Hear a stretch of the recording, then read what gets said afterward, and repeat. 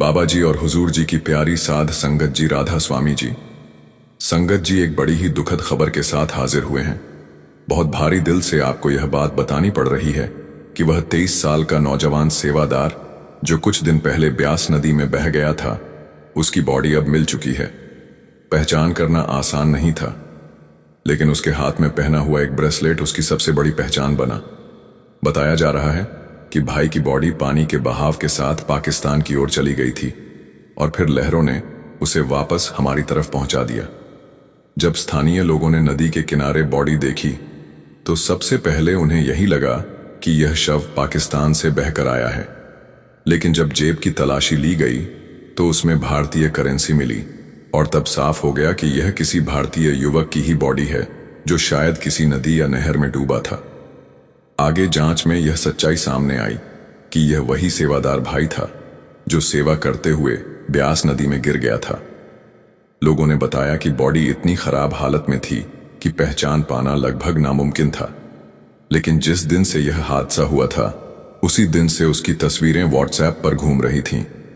शायद उसी वजह से स्थानीय लोगों को शक हुआ कि यह वही लड़का हो सकता है।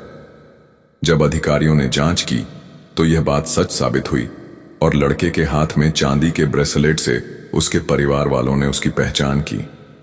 हम सब मालिक से यही अरदास करते हैं कि उस प्यारे भाई की आत्मा को शांति मिले और उसके परिवार को यह असहनीय दुख सहन करने की ताकत मिले। संगत जी, लफ्जों में कहना तो बहुत आसान है, लेकिन जो पीड़ा उस परिवार के दिल पर बीत रही है उसे वही महसूस कर सकते हैं जिन्होंने अचानक अपने घर का कोई सदस्य इस तरह खोया हो। सच में परिवार के लिए यह बहुत ही दुख की घड़ी है। संगत जी, आज बाबा जी अलग अलग बहुत सारे सेंटरों में पहुंचकर वहां की स्थिति का जायजा लिया और संगत को दर्शन भी दिए। आज का दिन संगत के लिए बेहद खास रहा क्योंकि बाबा जी डेरा ब्यास से बाहर निकले और उन्होंने हमें अपने पवित्र दर्शन का अनमोल तोहफा दिया। इस बार बाबा जी ने केवल डेरा परिसर तक ही सीमित न रहते हुए बाढ़ प्रभावित इलाकों सहित कई स्थानों पर पहुंचकर लोगों को अपने स्नेह और आशीर्वाद से निहाल किया। आज हम आपके साथ विस्तार से साझा कर रहे हैं कि बाबा जी किन किन क्षेत्रों में गए, किस समय डेरा से प्रस्थान किया और कब वापस लौटे। इसी बीच हुजूर जी मुंबई और अहमदाबाद के कार्यक्रम पूरे करने के बाद आज दोपहर लगभग 2-4 बजे डेरा व्यास लौट आए। कल रात से ही संगत में एक संदेश तेजी से फैल रहा था जिसमें यह बताया गया कि बाबा जी बाढ़ प्रभावित केंद्रों पर जाने वाले हैं, जहां पर लंगर और सेवा का कार्य लगातार जारी है। इस बात की पुष्टि के लिए सीईओ को फोन किए गए और जोनल सेक्रेटरी साहब को भी जानकारी दी गई।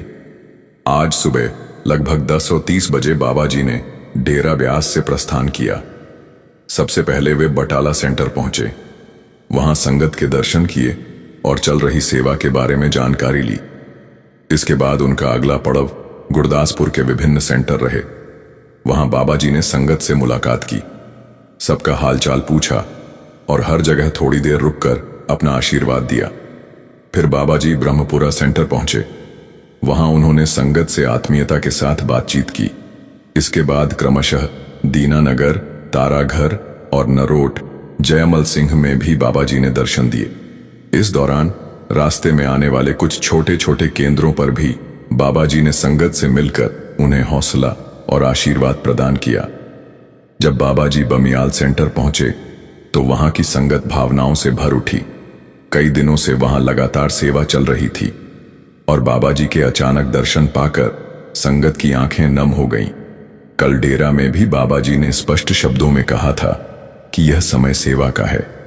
उन्होंने संगत को प्रेरित किया था कि ऐसा मत सोचो कि बाढ़ केवल दूसरों के क्षेत्र में आई है और हम सुरक्षित हैं, बल्कि ऐसे समय में हमें आगे बढ़कर अधिक से अधिक उनकी मदद करनी चाहिए, सेवा करनी चाहिए। बाबा जी ने हुजूर महाराज जी की वाणी को याद दिलाते हुए कहा था कि इंसान की मदद केवल इंसान ही कर सकता है। इस कार्य में ना पशु काम आ सकते हैं और ना ही पक्षी। उनकी इन प्रेरणादायक बातों का असर इतना गहरा हुआ कि कई ऐसे लोग जिन्होंने पहले कभी सेवा करने के बारे में सोचा भी नहीं था, वे भी किसी न किसी रूप में सेवा में जुट गए। कल के सत्संग के दौरान बाबा जी ने संगत को कहा था कि हमें पंजाब की ज्यादा से ज्यादा मदद करनी है। कल वाले संदेश की जानकारी हमने अपने पिछले वीडियो में भी दी थी और अब फिर से संगत को दे रहे हैं कि कल 7 सितंबर को सत्संग के दौरान बाबा जी ने संगत को क्या संदेश दिया। बाबा जी ने संगत को समझाते हुए कहा, देखो, यह बरसात का मौसम है और आप सब जानते हैं कि पंजाब के कई हिस्सों में बाढ़ ने गहरा असर छोड़ा है। ऐसे हालात में सेवा की जरूरत पहले से कहीं ज्यादा बढ़ जाती है। जहां भी जैसे भी सेवा करने का अवसर मिले वहां हमें पीछे नहीं हटना चाहिए। सेवा का मूल्य उसके बड़े या छोटे होने में नहीं बल्कि सेवा करने के भाव में होता है। अगर हम सोएं कि बाढ़ तो उनके इलाके में आई है, हमारे यहां तो सब सुरक्षित है, हमें क्यों चिंता करनी चाहिए, तो यह सोच पूरी तरह गलत है। जब समाज का कोई हिस्सा पीड़ा झेल रहा हो तो वह दर्द पूरे समाज का दर्द बन जाता है। पूरा समाज किसी ना किसी जरिए से एक दूसरे से जुड़ा हुआ है। इसीलिए हमें अपनी सामर्थ्य के अनुसार हर हाल में मदद करनी चाहिए। संगत जी, इसमें कोई दो राय नहीं कि असली इंसान वही है जो दूसरों की तकलीफ देखकर खुद बेचैन हो जाए। बाबा जी ने कल यह भी कहा कि संस्था की परंपरा भी हमेशा यही रही है कि जब जब संकट आता है संगत निस्वार्थ भाव से सेवा में उतर पड़ती है। चाहे आप दुनिया के किसी भी कोने में रहते हो, अपनी क्षमता के मुताबिक योगदान देना ही सच्ची इंसानियत है। इस समय सबसे ज्यादा सहारे की जरूरत उन्हीं परिवारों को है जो बाढ़ और आपदा के कारण मुश्किलों से जूझ रहे हैं। उनकी मदद करना हमारी नैतिक और आध्यात्मिक जिम्मेदारी है। संगत जी, यह संदेश बाबा जी ने कल के सत्संग में दिया था। मेरे शब्दों में थोड़ा फर्क हो सकता है, लेकिन बाबा जी ने जो कुछ कल कहा उसका सार यही है कि हमें उन भाइयों बहनों की हर संभव मदद करनी चाहिए जो इस आपदा से प्रभावित हैं। संगत जी, एक विनती हम भी आपसे कर रहे हैं कि बाबा जी की यह बात केवल सुनकर भूल जानी नहीं है बल्कि इसे अपने जीवन में उतारना है। याद रखिए, यही पंजाब है जिसने हमेशा सबसे पहले कदम बढ़ाकर देश सेवा और समाज सेवा की है। सिख भाइयों बहनों ने न जाने कितनी बार लंगर शुरू किए और आज भी जगह जगह लंगर जारी हैं। आज वही भाई बहन संकट में हैं और अब हमारी जिम्मेदारी है कि हम उनकी मदद करें। अगर हम यह सोचकर चुप बैठे रहे कि हमें क्या लेना देना, हमारा तो कुछ नहीं बिगड़ा, तो यह भूल मत कीजिए कि कल ऐसे या इससे भी बुरे हालात हमारे दरवाजे पर भी आ सकते हैं। असली इंसानियत यही है कि एक दूसरे की मदद की जाए। इसलिए घर पर चुप मत बैठो बल्कि किसी भी तरीके से वहां तक मदद पहुंचाओ। आज बहुत से फिल्मी सितारे, एनजीओ और संस्थाएं पंजाब की मदद के लिए हाथ बढ़ा रहे हैं। आप भी चाहे तो अपने ही शहर के किसी एनजीओ के माध्यम से पंजाब तक मदद पहुंचा सकते हैं। हमारा देश लगभग 140 करोड़ लोगों का है। अगर हर इंसान थोड़ी थोड़ी भी मदद करें तो सोचिए, जब यह सहायता वहां तक पहुंचेगी तो कितना बड़ा रूप ले लेगी। इसलिए अपने सामर्थ्य के अनुसार मदद कीजिए।